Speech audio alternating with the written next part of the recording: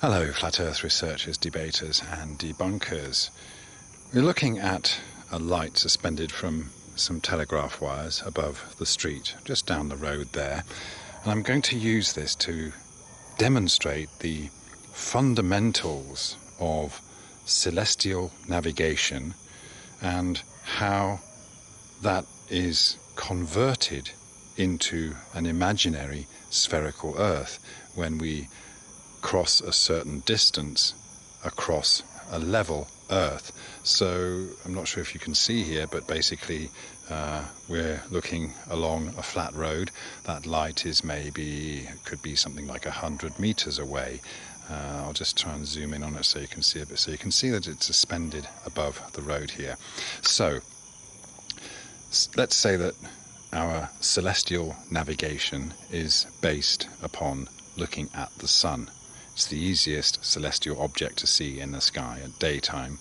And so, of course, if I'm in this position now, looking at the sun over there, I know that the piece of land, the spot under the sun, it could be the sea, it could be the land, when I'm under that sun, then of course the sun is at its zenith in that particular location. And so I would be using my sextant here, and I would have my almanac of the times that the sun is at its zenith over different locations. So essentially what you have to understand here when it comes to celestial navigation is that the distance across a level, flat, horizontal surface is converted into angles. Okay? And then it is those angles that are then used to then say how far across the surface you have to go. And this is why they use this assumed radius emanating from the center of an imaginary spherical Earth, because then you'll have 2 points, the point I am standing right now and the point where the sun is at its zenith. And we can imagine 2 lines, one line going from that point over there and one line going from the point I am standing, that eventually converge however far it is. What is it, about 4,000 nautical miles towards the imagined center of a spherical Earth. So of course over that distance of an imaginary center of a spherical Earth until my point here and that point over there, we end up with this distance which is in nautical miles.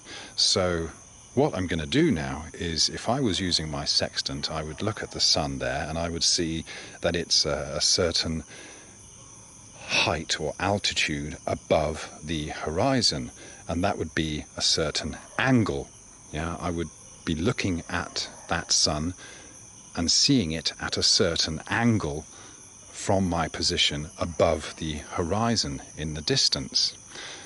So of course what happens as we start to move across this distance is that we of course see the sun appear to get higher and higher in the sky. Now I'm walking across a level surface, but we have this angle that is increasing as I get closer and closer to the point where the sun is at its zenith. Now here, of course, I got to start looking up, so here's my angle, and as I get closer and closer, I have to tip my camera up, and now I am right under the sun at its zenith. So that's simply it. This has demonstrated to you how we can go across a level Earth and have these angles. Oh, I've got a truck coming. So I've got to move out the way a second. Yeah. All right. But that's it. Fundamentally, that is it. So, you see what I mean? I'm now looking up at an angle that's not quite 90 degrees, so that means I've come away from the point on the ground where the sun is beneath, and I've come a certain distance. And so of course we know that 1 degree of declination, as I move backwards here away from that point where the sun is, then the sun appears to be declining. The angle between the sun and the horizon decreases. It gets less and less over a greater distance across this level surface. It's as simple as that. This is the foundation of celestial navigation.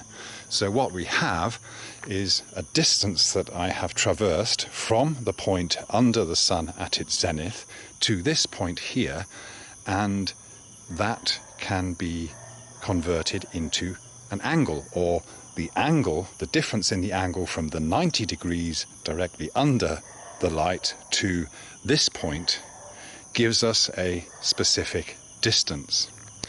And so this is what happens when they talk about the great circle distance.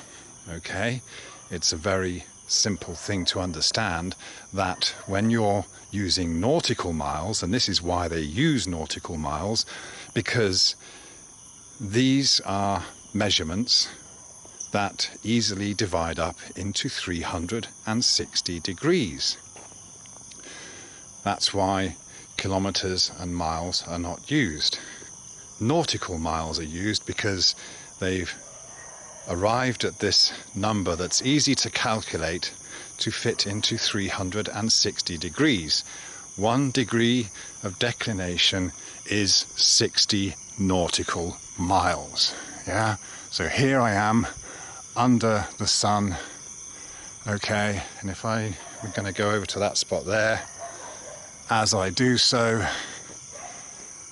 I'm covering on our imaginary sphere, that is actually a level surface, 60 nautical miles every time that sun comes down towards the horizon by 1 degree. Yeah, so a great circle route is simply the distance of this imaginary circle equal to it could be the circumference of the Earth, but the globe Earth, no one ever flies that far. So the great circle distance is just the distance that you're going to travel along this level surface that is converted into a certain number of degrees. That is simply how it works. All right. I hope that is... Let's try and get in the light here so you can see me. I hope that gives you an idea of how it works. Thank you very much.